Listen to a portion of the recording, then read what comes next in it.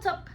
I am just making a brief little video. I was just at the gym and I was talking to a guy and he asked me what to do about his rotator cuff. So I gave him a couple exercises to do and I figured that would be a good thing to share with my community online as well.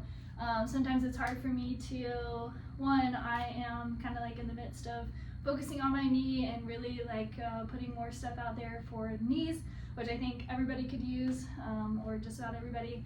But sometimes it's hard for me to address needs that aren't physically in my body. So the more people that come to me with issues, the easier it is for me to put different stuff out there. So one, I'm grateful for people to talk to. And then two, if you guys have ailments and you watch these videos and you find stuff helpful, feel free to comment that stuff in the comment section, and that way I can have more material to assist you guys, because this is as much about you as it is about me. So without further ado, my favorite exercise, a lot of times with rotator cuffs, it comes because a rotator cuff helps us do this. Okay, so it controls all kinds of ranges of motion. Sorry, you can't really see me. To be able to rotate our shoulder. Okay, so it again comes from all kinds of things like this, and that was one thing that he brought up that somebody told him to do previously, and I support it as well. It's just literally you can add as much tension as you want, or you can make it more of a stretch if you want to, a warm up, and then you can start to add more tension. So thinking about squeezing your thumb back as far as you can, keeping your shoulder out of your ear, and then taking your thumb up as high as you can, pinky down, and then just working as much range of motion as you can, and then squeezing into that end range of motion. And you can literally do this by your side. You can work it up to where it comes out. You can take it behind you a little bit. You can take it in front of you, and literally just work, and you could go slow. And like this, I would say, is probably more of a warm-up exercise if you're going into a workout. Workout brain. But as you start to warm up, start to add a little bit more of a squeeze, maybe add some tension, make it a little bit slower, and then you can literally just go overhead. Sorry, I keep having to squat. This long frame is a weird one to try to do exercises in, so props to anybody who's figured it out. But yeah, you can focus on one side at a time. You can do both at the same time. Something I really like to do is just when I'm sitting around my house, or I've sat for a long time, or I've been doing work on my computer, I just literally swing my arms back and forth.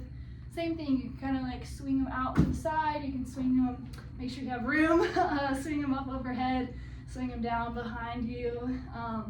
I'm just going to shake them out. That's just going to help with a lot of mobility, moving blood flow through the areas, and then just loosening and lengthening some of the tissues. If you have any injuries to those tissues, I would say keep it on the slower side. If you just have some tension and you have some tightness and maybe you're just kind of stiff from lack of movement, I would say you can start to speed things up a little bit. But start slow, see how it feels, and then start to speed it up as you feel comfortable and as you warm up. So that one is a good one. Just if you're sitting around, if you've sat at your desk for a long time, literally every hour on the hour, just get up and do a little bit of this, and I guarantee you, you're gonna find a lot of relief in your shoulders. So second thing I like to tell people to do is stand in a doorway, and this one I would isolate one arm at a time until you kind of have a little bit more coordination, and that takes time to develop, so don't feel like you have to have it off rip. But stand in a doorway, again, I would say focus on one arm at a time, especially if you have some sort of ailment to that area. Put your elbow and your hand on the doorway or the bar, the squatting rack if you guys are at the gym, anything you can find to literally put your arm against flat. And then you want to open up your chest, drop your shoulder out of your ear, open up your chest, and find that stretch. So a lot of times what happens is we get so closed off from our sitting positions and our posture that our chest gets tight, and that stretches our posterior muscles, our rotator cuff muscles, anything in the back of our shoulder that's supposed to be pulling our posture into this nice tall stance. So our chest gets tight, and that kind of pulls us into this. So one part of this exercise is to open up the chest and really just allow that stretch to lengthen these front muscles and open up your chest, breathe through it. And then what we want to start to do is, again, drop that shoulder out of our ear. So it's really important that we're engaging our lats through this, and then trying to lift our elbow and hand off of that wall as best we can. And we want it to all come off at the same time. Okay, so we don't want to just like lift our hand, and you can play around with it too. So if you lift your hand, you're going to get more into the lower muscles, the lats. But if you lift everything off, you're going to really feel it in the back of your shoulder, and then right in this little shoulder joint area, like the more specific to the shoulder joint. A way to manage the intensity of that, because that's a pretty intense exercise, it's based off of a concept called FRC, functional range control. So working to make sure that we have control in our end ranges of motion. So a lot of times injuries come because we don't have control in the positions we get put in. So sometimes we get out of our range of motion, things get toward the end of the range of motion, where most of the time we passively stretch into, but we don't do any activity to strengthen that range of motion. So we're strong in this range of motion, and then we open it up to a new range of motion, and we haven't strengthened this little bit. So it's really important as you do your flexibility work to also do some kind of strengthening. And that's what I do a lot when I'm stretching. So if you've been following a little bit of what I've done, I haven't really implemented a whole lot of it. Again, with my knee, it's kind of been a little bit of slow, more mobility training just to rejuvenate the area. But as I start to progress into some of the more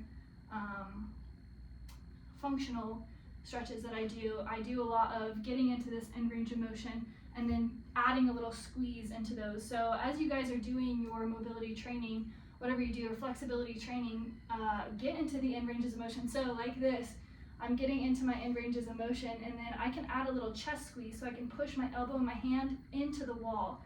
So I'm squeezing, squeezing, squeezing, and then relaxing into the stretch, maybe opening up a little bit more range of motion. So play around with it. Again, like a lot of what I do, I feel like I say that a lot, I have specific exercises and I follow those techniques, but I play around with it a lot. And you just have to really focus on the areas of your body you feel contracting, the areas of your body you feel flexing, same thing, relaxing is what I meant to say. And then start to play around with it and see, like, can you pull your elbow in without moving your hand, and see how that feels. Okay, that engages my lat. So I know that if I'm pressing my elbow into the wall hard, I'm really getting that lat activation, which is going to pull my shoulder blades down and allow me to open up my chest even more and strengthen those muscles to be able to pull my scaps into place. So back to what I was saying about controlling the intensity of this particular exercise, because it can get really intense in the back of your shoulder. So again, if you try it in a more easy position, so maybe you get to full stretch here and you back it down a little bit. So you open up your chest, you really reach your chest away from your elbow, and then you guide it back just a little bit to take that angle down, and then you lift and squeeze. That's going to take a lot of the intensity out of it, but if that's too easy for you, then you can start to open up that chest a little bit more, and that puts you in a shorter position in the back of your shoulder to have to lift off of, okay? So without getting too much into the nitty-gritty, it's all about levers when you move your body. So the shorter levers you have, the more difficult it's going to be. Longer levers are going to be difficult as well. So you kind of have to like find this happy medium, and there's all kinds of types of levers. So that's a lesson for another time, but that's something to think about, is just like positioning is very important for a lot of the exercises. And then the last thing I would say to do, and this one, you can do so many different ways. You can do it laying on the floor, you can do it against a wall to help you make sure that you have full posture. So making sure that everything is squeezed into the ground, squeezed into the wall. Or you can literally do this again if you're sitting on the couch or sitting at a desk or whatever you may be doing during the day. You take kind of the same position as we were just in. Take your elbows and hands out and then squeeze, and then try to drive your elbows into your rib cage just a little bit and push those hands back to the wall behind you, and then keep that rib cage locked down, shoulders out of your ears. You should really feel this squeezing in these muscles. And I don't know if you can see, but I have a little bit of a wing flare, so my scap kind of comes out this way. So it leans out a little bit. That's just because some of the muscles underneath and my lats are not quite engaged. So this is a process for me as well. As long as I've been doing this, I always find that my posture and my breathing, I will get them on track, and then all of a sudden, boom, they fall off again. So it's like a constant, I know you don't want to hear this, but it is a constant effort. But it, again, is so worth it, because the more you can put yourself into good posture, the more breathing, proper breathing patterns you can have, the better your body will feel, and you will have less issues throughout the chain, just as you move. So the more you can focus on hammering that posture in and hammering your breathing patterns, which we can talk about in another video, that's going to help you feel better. So again, just pull yourself into this position. You can even start to take your hands up and reach overhead. Again, still squeezing those elbows and hands back, and then maybe reach overhead. Try to keep those shoulders out of your ears, and then put your hands together at the top. You can't see that, but boom, and then back down. And I just kind of like, I'll do this kind of fast. Maybe I'll add some twisting into it. Whatever feels good. Again, it's about self-exploration. So what is squeezing? What needs to move? What needs to stretch? What needs to contract? Because pain tells us different things. There's different types of pain. So if we can start to figure out, and it takes spending time with your body, but if we can start to figure out what those different types of pain are telling us, whether we need to contract and get blood flow and squeeze those muscles and activate them and get them moving, or maybe we need to stretch them and lengthen them and allow them to start to get this fluid movement, or maybe we just need to breathe into them so that they get oxygen and then start to incorporate some other things. So there's so many different ways to address pain, and it's about exploring your own body, because it's going to show up differently, a little bit differently for every person. So spending time with your body and doing things like this, where you just kind of sit around, and like if you're at your desk and you need a little break to move your body, or you can like sit on a call with no video, just sit and do this and feel how it feels, and feel where it contracts, and as you move up, where does it start to release and where does it start to contract?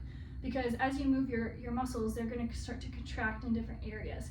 So it's all about play, it's all about exploration, and the more time you spend with your body, you will start to get to know what feels good and what doesn't, and can start to navigate exercise, mobility, and just like functional movement in your day-to-day life.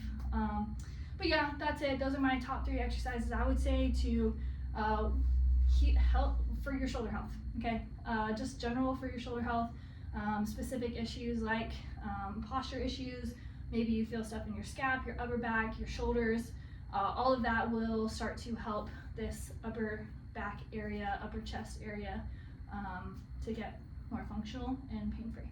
So again, if you guys have anything, any issues that you would like some assistance and guidance with, put that in the comments. If you did some of those exercises and noticed relief, put that in the comments. I really want to celebrate with the people that are finding relief in these exercises, and maybe finding wins in their life, just because they started to do a couple simple exercises, because it really is the simple stuff that gets you far. So yeah, be active in the comments. I'd love to hear from you guys. Like this video to save and subscribe.